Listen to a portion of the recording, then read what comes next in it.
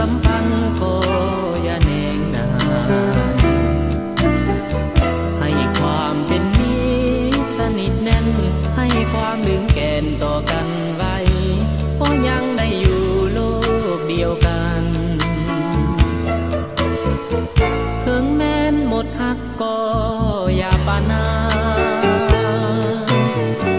ขออย่าได้ทำให้ใจข้าวันอยู่อย่างเป็นมิ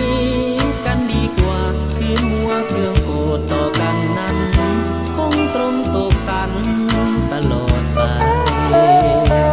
บางทีวันหนึ่งเข้าใจกันวันหนึ่งเกิดสงสารวันนั้นคงอายคิดจะหักคืนคงเกรงใจแรงสู้เป็นมิตรต่อกันไว้ดีกว่าจะเกลียดชังสูญสิ้นความหักก็อย่าใจดำขออย่าสร้างกรรมไว้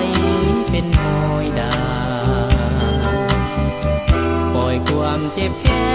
นให้สิ้นสุดหัวใจจงหยุดอย่าเมินมาแม้นสิภาคยังอย่าเกลียดกัน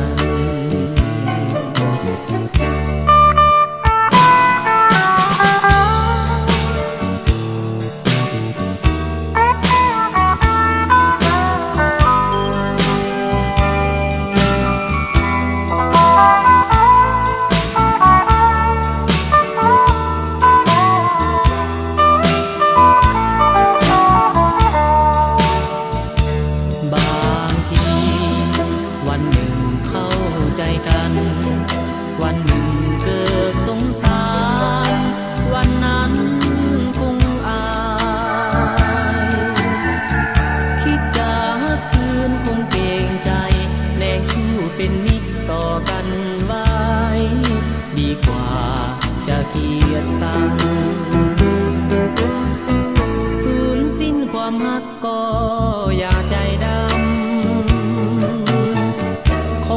อย่าสร้างกรรมไว้เป็นหอยดาปล่อยความเจ็บแค้นให้สิ้น